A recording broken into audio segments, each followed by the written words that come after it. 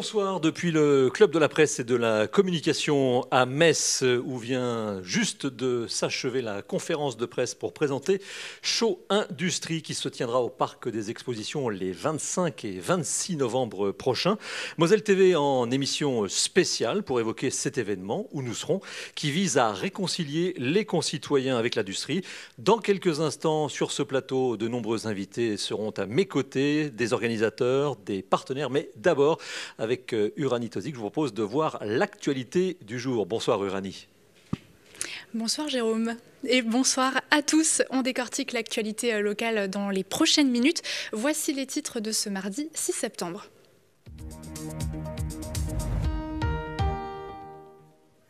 C'est le retour de Gênes, le grand salon du business et du numérique dans le Grand Est, les 8 et 9 septembre prochains. Une 10e édition prévue au centre des congrès Robert Schuman, tournée vers le travail de demain et la responsabilité sociétale des entreprises. Certains ont choisi un cercueil recyclé, d'autres de ne faire plus qu'un avec la forêt. Deux évolutions qui réduisent l'impact environnemental. Vous verrez que les professionnels et les communes s'adaptent à la demande. Et puis, direction l'ancien restaurant militaire de la base aérienne de Metz-Frascati. Des travaux sont en cours sur le site avec des matériaux de seconde main notamment. Des startups locales doivent s'y installer, entre autres. 3600 mètres carrés de bâtiments à découvrir dans cette édition. Les joueuses de Metz Handball au cœur de la cathédrale de Metz, les Dragons ont investi le lieu pour leur traditionnelle présentation des effectifs. Retour en images dans quelques instants. Et puis, côté météo, le ciel sera partagé entre nuages et éclaircies toute la journée de demain. La pluie s'invitera certainement pendant la nuit. Les températures matinales iront de 14 à 16 degrés et jusqu'à 27 degrés l'après-midi. Sur notre plateau également, Hervé Baudouin, président de l'UIMM Lorraine et Grand Est, mais également Nathalie Vaxolaire, qui est présidente déléguée UIMM Lorraine. Ensemble, ils reviendront sur la toute première édition de Show Industrie prévue fin novembre. Et c'est une opération grandement attendue dans le monde de l'industrie, surtout lorsqu'on sait que 16 000 postes sont ouverts dans la région Grand Est. Pour évoquer cet événement, Jérôme Bergerot reprendra la main. Mais avant, place à l'actualité.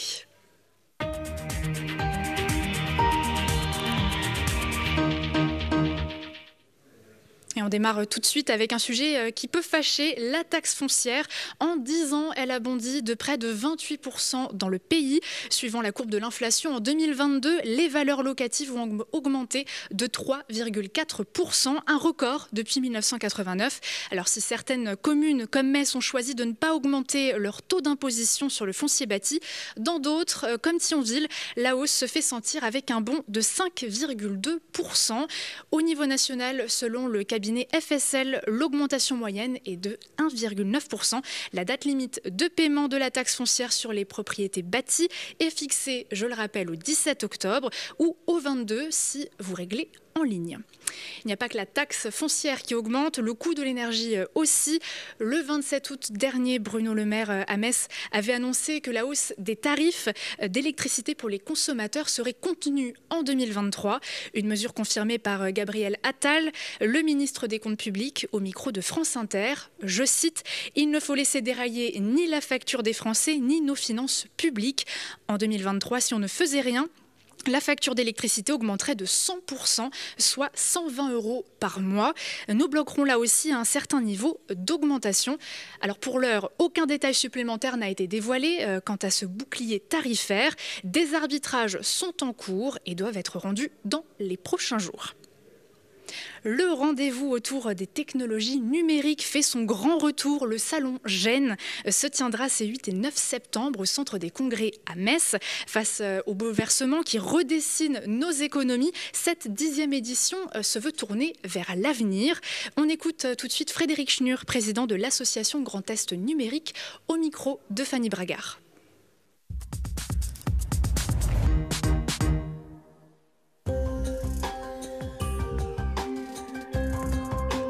On est parti petit, entre guillemets petit, parce que c'était déjà gros avec 200 personnes en 2013 pour la première édition. Et puis progressivement, le salon est monté en puissance, en nombre d'exposants, en nombre de visiteurs, parce qu'on attend 3 000 à 4 000 visiteurs cette année. Et puis les thématiques ont évolué, le nombre de conférences et de conférenciers a évolué. Ça a grandi en même temps que les professionnels prenaient acte de l'importance du numérique dans leur quotidien. On est bien plutôt dans la région, c'est des milliers d'emplois qui tous les jours sont entretenus grâce aux technologies numériques. Et je parle bien dans les entreprises purement digitales, mais aussi dans les entreprises qui ne sont pas digitales, mais qui utilisent le digital au quotidien. Tout ça, ça forme une économie avec des services et puis aussi des clients de l'autre côté. Le premier jour, la première matinée, une conférence de niveau international faite par Daniel Susskind, qui est un enseignant-chercheur économiste britannique, qui va nous parler du futur du travail. Il a écrit un bouquin qui s'appelle « Un monde sans travail » et il va venir nous faire une grande conférence. Et puis ensuite, il va y avoir toute une série d'ateliers qui vont permettre de très concrètement manipuler, discuter, échanger avec des professionnels sur, par exemple, c'est un exemple comme un autre, le NFT, les crypto-monnaies, le référencement, enfin il y a toute une série de choses qui sont là-dessus. On va travailler bien entendu sur l'impact écologique et environnemental du numérique dans les entreprises, dans les collectivités, comment on fait pour améliorer la trace carbone, comment on fait pour au contraire produire quelque chose de positif. On va parler de Web3 parce que c'est la grande tendance, même si finalement de A à Z pendant l'ensemble de l'événement cette année, le fil rouge c'est le travail, le futur du travail et donc le futur de la technologie dans le travail. De retour dans les locaux du Club de la Presse pour notre édition spéciale Show Industrie. Pour la suite, je vous propose d'évoquer un sujet rarement développé dans nos sociétés modernes, la mort. Autrefois très lié à la spiritualité, le marché des pompes funèbres ou encore des espaces funéraires est actuellement en pleine évolution, notamment sur le plan environnemental. Les professionnels et les communes tentent de s'adapter à cette demande, mais également aussi de proposer des produits plus personnalisés. Regardez. Lorsque l'on pousse les portes de ces pompes funèbres, on retrouve les traditionnelles plaques et fleurs, mais ces cercueils sur le thème de l'Égypte ou des animaux dénotent du reste de la boutique. Cette personnalisation insolite est possible car ces cercueils sont entièrement fabriqués en carton. C'est un carton qui a été recyclé, qui est fait dans le Grand Est, à savoir que ça s'est réalisé en Alsace. C'est une deuxième vie qu'on peut donner à un carton. Des cercueils écologiques donc, qui peuvent être enterrés ou incinérés. Mais ce n'est pas leur seul atout, puisque ces modèles sont aussi une option moins coûteuse pour les familles des défunts. Les prix varient entre 350 € et un peu plus de 1 000 € en fonction des différentes gammes. Quand on a vraiment un cercueil le plus cher, c'est-à-dire hyper personnalisé, on est vraiment dans une gamme moyenne-basse. Mais à 350 € en entrée de gamme, on peut trouver très peu de cercueils en bois. Dans le département, d'autres initiatives peuvent surprendre, notamment à Kédange-sur-Caner. Ici, l'espace commence à manquer dans le cimetière, mais au lieu de l'agrandir, la commune a misé sur un futur columbarium forestier.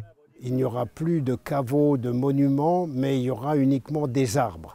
Et les personnes qui seront incinérées pourront se faire inhumer au pied des arbres. Nous avons réalisé une première plantation de 16 arbres. En tout, 64 concessions prendront place au pied de ces chênes, merisiers et autres tilleuls à partir de novembre 2023. Chacune d'entre elles sera léguée au prix de 1 000 € comme dans le cimetière voisin. Bernard, lui, a déjà réservé sa place. Le retraité souhaite avant tout éviter que sa mort ne soit source de construction polluante. Je pense qu'il faut adhérer à ce genre d'initiative. Qui plus est, avec ce qui se passe à l'heure actuelle. Sécheresse, climat qui change, etc. Mais en plus, vous avez vu le cadre bucolique, là, vous êtes poussière, vous retournez à la poussière, et ça c'est une vérité. Comme Bernard, ils sont déjà une trentaine à avoir choisi cet endroit comme leur ultime demeure. La mairie reçoit même des appels de personnes venant de toute la région Grand Est. Un sujet qui vous fera peut-être reconsidérer vos envies pour la suite. Allez, comme chaque mardi, on s'intéresse à l'économie et on fait un focus encore sur les métamorphoses de la base aérienne 128 de Metz-Frascati. Parmi les nouveaux projets, il y a celui du groupe Gossel, au cœur de l'ancienne cantine militaire. Ce spécialiste d'installation thermique et de climatisation a entrepris des travaux à l'intérieur, avec notamment des matériaux de seconde main. L'idée est avant tout de créer un espace dynamique, innovant et créateur de liens sociaux. Visite en images dans ce reportage. Une architecture imaginée par le Lorrain Roger Gartner, un bâtiment tout en béton et en verre, une forme circulaire représentant une montre. L'ancien mess des sous-officiers, fermé depuis une dizaine d'années, garde fière allure. Alors pour le nouveau propriétaire des lieux, il était impossible de le détruire. Pour moi, c'est une œuvre d'art. Ce bâtiment, il est tellement beau que c'était compliqué de toucher à quoi que ce soit pour ne pas le dénaturer. Voilà, donc on a essayé de rester très puriste. Aglo apparent, béton, bois des années 70, du verre et de la moquette, donnant un air vintage à l'édifice. Dans les escaliers, l'art en relief de l'artiste international Mantra vient rehausser le tout. Au total, 3600 mètres carrés de surface ont été repensés avec parfois la réutilisation des matériaux sur place. L'idée, c'était de prouver qu'on arrive à rénover un bâtiment avec, je ne vais pas dire de bêtises, mais je pense que dans nos achats, on doit être entre 50 et 60% d'occasion. La seconde main aura permis d'économiser près de 700 000 € sur un budget de près de 3 millions d'euros. Le rez-de-chaussée et le dernier étage sont quasiment terminés. Reste encore le cœur du bâtiment. Il deviendra un espace coworking pour accueillir des startups locales. C'est le cas d'Hourcom qui a saisi l'opportunité. Exactement, en fait, en intégrant la rotonde, nous on est plongé dans un univers tech et on va être au contact de développeurs, de personnes qui sont dans le digital et on va pouvoir apprendre à leur côté et se transmettre nos savoirs mutuellement. Intégrer ce bâtiment emblématique, c'était aussi une belle occasion pour la conserverie locale. Anciennement installée à TCRM Blida, elle produit des conserves à partir des denrées non distribuées de producteurs. Et depuis 2018, la demande n'a fait qu'augmenter. Au début, nous avons commencé avec 8 producteurs, puis 25, puis 35 l'année dernière et cette année, c'est 45 qui nous demandent de transformer leur surplus. Donc ça nous a permis d'augmenter les capacités de production et de faire jusqu'à 2 à 3 productions par jour au lieu d'une à Blida. La reprise de ce site doit créer des échanges entre entreprises, mais aussi dynamiser le secteur. La mise à disposition de 2 salles de réception pour la population permettra d'accueillir des événements ponctuels, une structure ancienne, un projet moderne et de beaux jours en perspective. Alors il y a des entreprises qui se portent bien et d'autres qui font face à une baisse de la demande. C'est le cas d'ArcelorMittal à Florange qui enregistre une diminution des commandes sur les marchés de l'acier, mais aussi une augmentation du coût de l'énergie.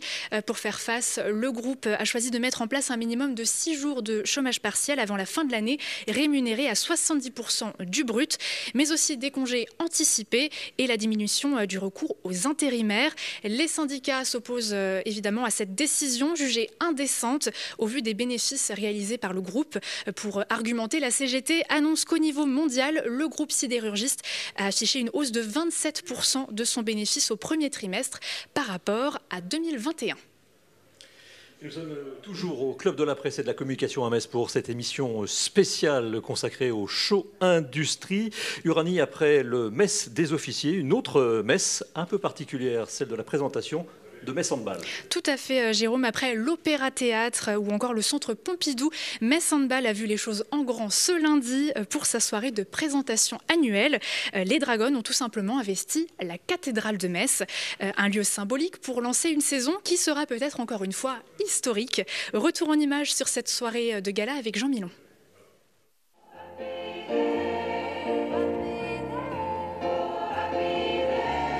L'image est à graver dans le marbre. Au cœur de la lanterne du bon Dieu, les Dragons ont entonné un célèbre chant gospel. Il y a des unes qui a juste bougé la bouche. Je chante tout le temps, même trop. Et les filles voulaient me donner le micro, mais apparemment je n'étais même pas au courant, donc non, j'ai vraiment chanté.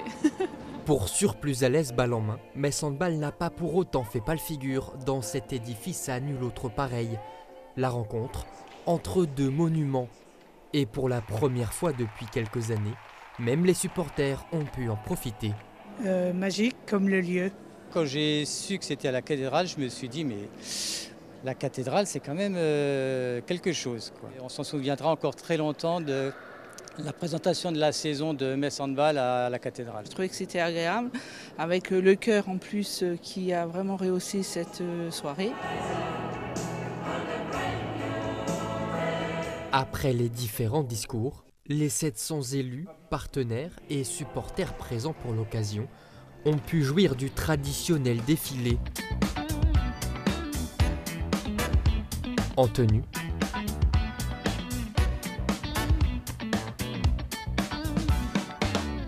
et au naturel.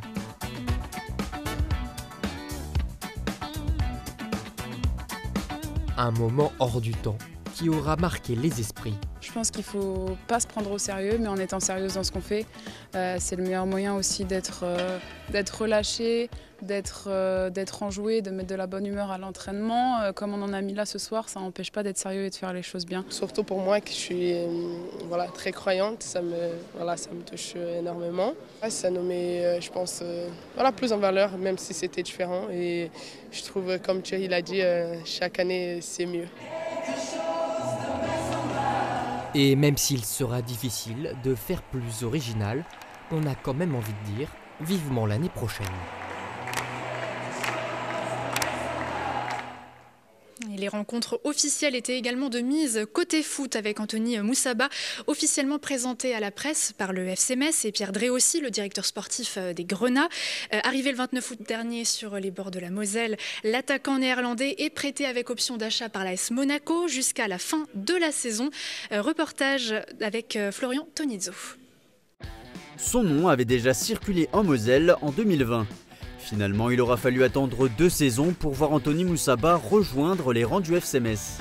A l'époque, le jeune attaquant venait de rejoindre l'AS Monaco après une première saison convaincante chez les pros aux Pays-Bas. Avec Nek Nimeg, son club formateur, le néerlandais avait inscrit 7 buts en 2e division. Moussaba avait ensuite rejoint le Cercle Bruges sous la forme de prêt, club satellite du club de la Principauté. Bilan 31 matchs, 6 buts et 3 passes décisives. De quoi s'installer définitivement sur le rocher. Pas si sûr, l'attaquant était retourné chez lui aux Pays-Bas à Heerenveen pour un seul petit but en 34 matchs. Suffisant malgré tout pour convaincre les dirigeants messins qui voient en lui un certain potentiel. Ce qui m'a plu chez lui, c'est sa qualité de percussion. C'est un joueur que je connaissais de Monaco, de la Hollande. C'est un joueur que j'ai vu. Hein, voilà, ça me paraît important. Et c'est aussi, on a beaucoup de joueurs de côté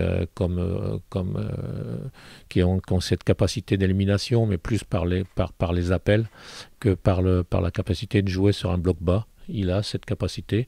C'est un joueur qui connaît bien la France, hein, voilà, qui connaît aussi bien la France, qui parle français, et dont j'espère que son adaptation sera assez vite. Diagayad parti en prêt à 3, Wagner Diaz bientôt prêté à Serein. Anthony Moussaba vient apporter de la concurrence à Lamine Gueye et Ablaye Diallo dans les couloirs.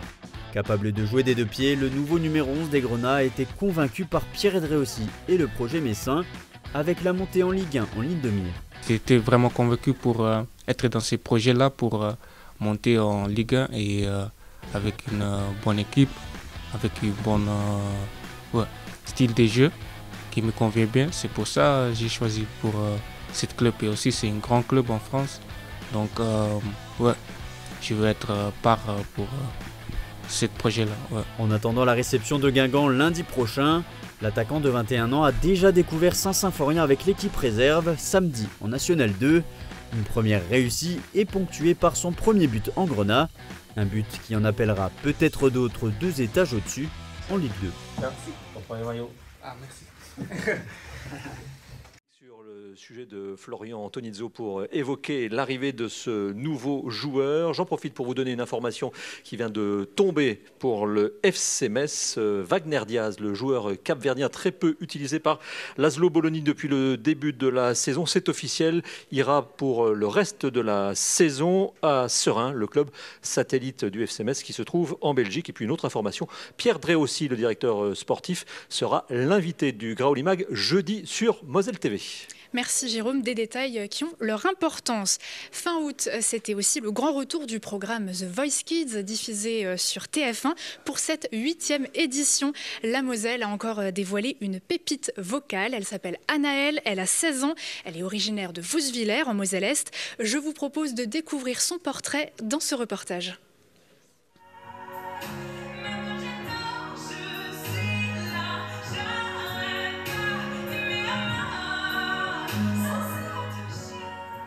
Que d'émotion de revoir ces images.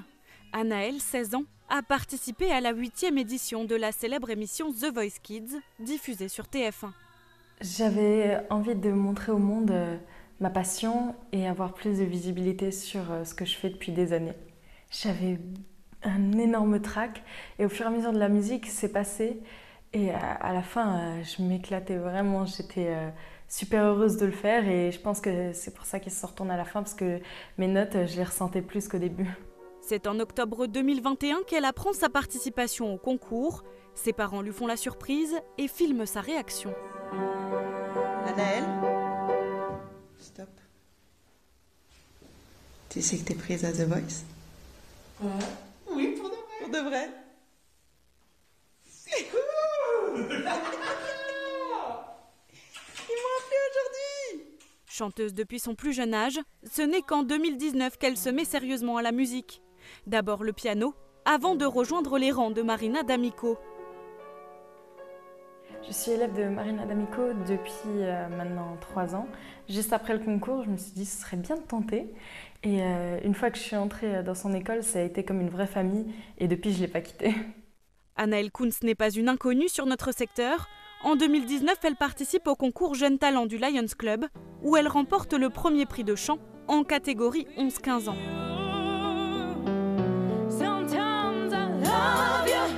Élève de première au lycée Henri Nominé de Sarreguemines, Anaëlle souhaite devenir infirmière ou chanteuse. Elle tient d'ailleurs un compte Instagram où elle publie régulièrement des vidéos, comme celle-ci, avec son chat Nix.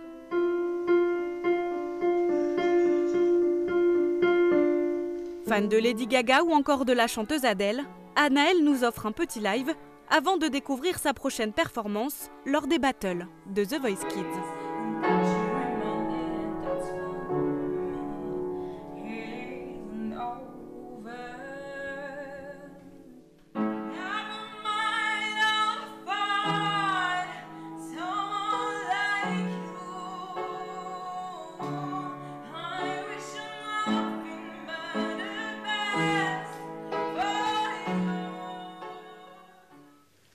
Et comme promis, pour la suite de cette édition, je laisse la place à Jérôme Bergerot et à nos invités du jour. Ensemble, ils vont évoquer la première édition de Show Industrie.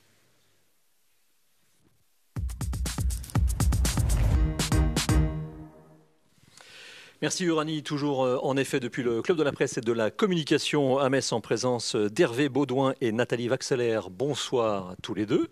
Bonsoir. Bonsoir. Hervé Baudouin, vous êtes le président de l'UMM Lorraine et de l'UMM Grand Est, également chef de file de France Industrie Grand Est. À vos côtés, Nathalie Vaxelaire est présidente de Tran, c'est à Golbet, dans les Vosges, et vous êtes la présidente déléguée de l'UMM Lorraine. Avec vous deux, nous allons commencer par poser un peu le sujet de ce show industrie. Hervé Baudouin, ça a été évoqué lors de la conférence de presse qui a précédé cette émission. C'est un peu vous qui avez eu cette idée née lors du French Fab Tour qui a eu lieu il y a tout juste un an ici à Metz, dont le lancement national a lieu il y a quelques mètres au-dessus de nous sur la place d'Armes. Oui, tout à fait. Et c'est aussi le résultat d'une rencontre, notamment avec Michel Coquet et puis un partenaire aussi de la presse locale, de se dire il faut faire un événement industriel. Finalement, quand on a vu ce succès du French Fab Tour, on s'est dit il faut faire un événement industriel. Alors après, que faire? Et là, c'était l'idée. Alors, si vous me demandez comment elle est venue, je n'en sais rien. Le food truck, c'est quelque chose qui est utilisé par toutes les générations. Oui, alors parce que là, vous allez un peu vite en résumé, vous passez de l'idée au food truck. Vous avez eu l'idée derrière de symboliser un peu l'industrie, de la rendre concrète à travers un objet du quotidien, puisque sans gâcher, sans divulgacher, comme disent les Canadiens, une enquête vous a beaucoup marqué pendant le confinement, où 30% des jeunes affirmaient que l'industrie ne faisait pas du tout partie de leur quotidien. Oui, tout à fait. Je crois qu'on a perdu de vue ça, et peut-être parce que c'est quand on parle d'industrie lourde, mais on n'a plus forcément conscience que chaque objet et tout ce qu'on utilise globalement est industriel. Donc il nous a semblé bon de penser à le rappeler. Alors sous quelle forme, on ne savait pas forcément. Et puis cette idée, effectivement, est venue de partir d'un objet du quotidien et de démontrer qu'il était finalement totalement industriel et surtout qu'il était faisable, réalisable, concevable et faisable, oui, effectivement, concrètement, dans notre région, avec les industries de notre région. Alors, je vous propose, avant de poursuivre ensemble et avec Nathalie Vaxelaire notamment, de voir très brièvement ce que pèse l'industrie dans la région Grand Est avec ce reportage de Jean Milon. Le Grand Est, véritable terre d'industrie aux atouts indéniables. Le territoire compte plus de 8000 entreprises et 250 000 salariés, un mastodonte donc à l'échelle nationale. Elle est la deuxième région exportatrice du pays, juste derrière l'Île-de-France. La première quand il est question d'automobiles et de machines industrielles et agricoles. Si le Grand Est peut se flatter de sa riche histoire métallurgique et sidérurgique, notamment dans le bassin lorrain, aujourd'hui, ses ambitions sont tournées vers un monde plus écologique. La région figure au premier rang de la production d'énergie renouvelable. Elle trône sur la plus haute marche du podium lorsque l'on parle d'éolien, avec plus d'un quart de la production française. Fort de 800 km de frontières communes avec 4 pays différents, le territoire dispose d'une interface privilégiée pour les investisseurs. Il fait partie des régions de France qui a capté le plus d'investissements industriels ces dernières années, la Moselle en tête de proue. Par ailleurs, le Grand Est abrite le plus grand nombre de centres de formation des apprentis à vocation industrielle, soit 17% du total France métropolitaine.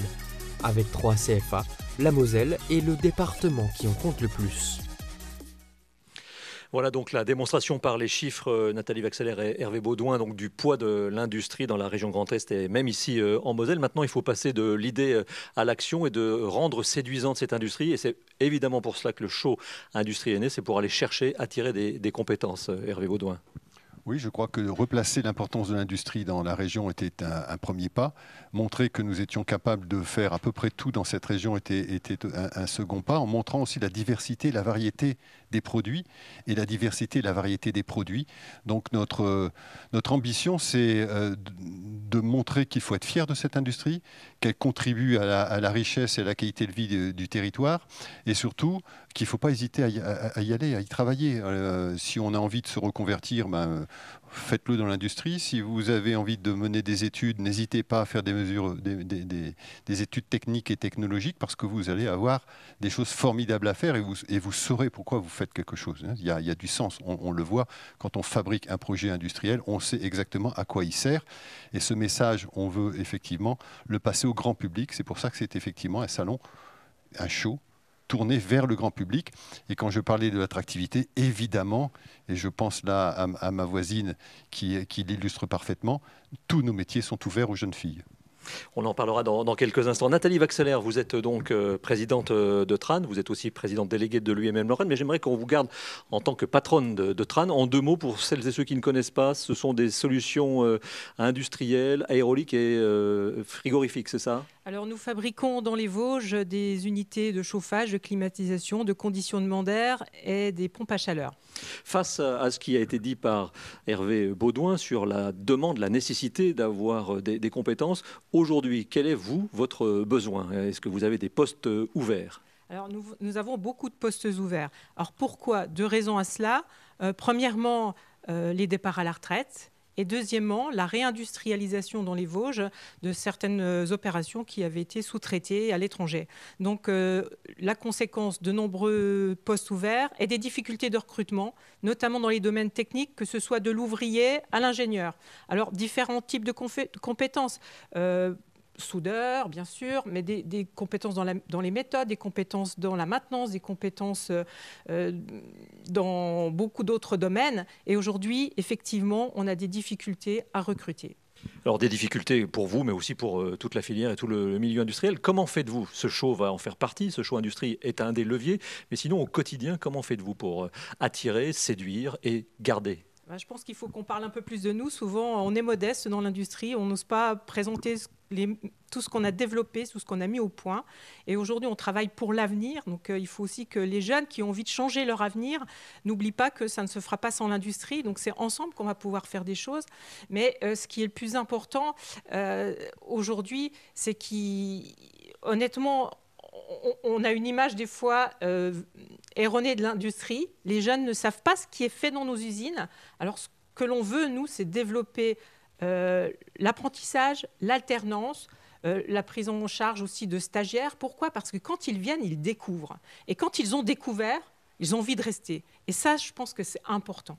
On le verra dans la deuxième partie de l'émission avec Tristan. Vous restez avec nous donc toujours pour cette émission spéciale Show Industrie, ici en direct du Club de la Presse et de la Communication à Metz. Je propose, avant de faire une pause, l'image du jour qui nous emmène à Hayange, où l'inquiétude se dissipe petit à petit autour de l'hôpital. Dans un communiqué, la Direction Générale a tenu à rassurer les élus du territoire sur sa volonté de maintenir et renforcer son service de maintenance polyvalente. On fait une pause et on se retrouve donc après la météo, toujours ici avec des invités pour évoquer le Show Industrie de fin novembre à Metz.